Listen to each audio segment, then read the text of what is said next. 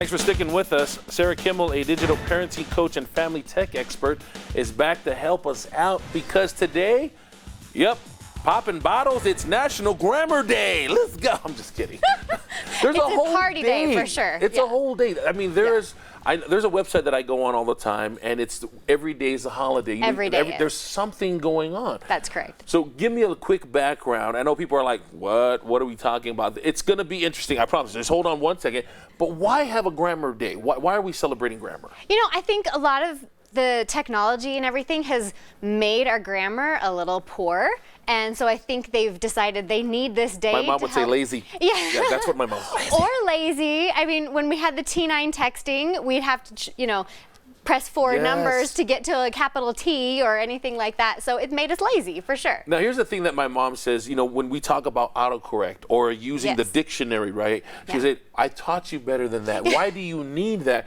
And my sisters and I would say, Mom, this is just the way of the world. It just makes it easy for us. Right. And then that's where her comment would come, so you're lazy. So you're lazy. Why are you lazy, boy? Huh? Why are you lazy? Yeah. So that's kind of, but we can't avoid it. Technology is here, so let's just accept it and utilize it, right? Right, yeah, and technology can actually help you have better grammar. Okay, let's talk about a couple of questions. Sure. Like are there a lot of tools? Is there just one tool that everybody's using to help me with my grammar if I'm writing a paper or if I'm writing even just a simple text message? Yeah, there are several tools, but the best one is called Grammarly. Okay. And it's an app you can install on your computer or you can install it on your phone. I like it so far. I know, or you can install it on a Chrome browser extension as well. So anything you're typing in, if you're in Facebook and you're typing in a Facebook message, if you're writing a paper on Google Docs or anything, or even if you're in Microsoft Word and writing something, since it's on the computer, it's going to check your writing for grammar. Now, how strict is it as far as like if I'm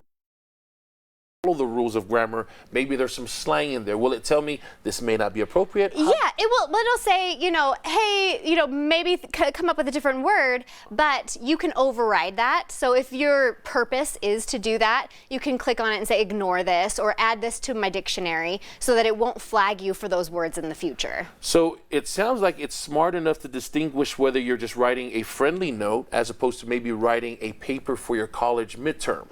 Yeah, and actually it'll have a little icon as you're typing that kind of explains the tone. So when you see like a big smiley face, it'd be like, oh, this is a friendly tone. Yeah.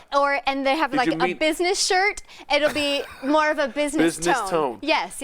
And does that warn you to kind of maybe, is this what you meant to do? Exactly, yeah. So you can see that and say, oh, okay, I'm a little too formal. Maybe I need to, ease it up a little. Yeah, lighten it up a little bit with a joke or two. Right. Okay.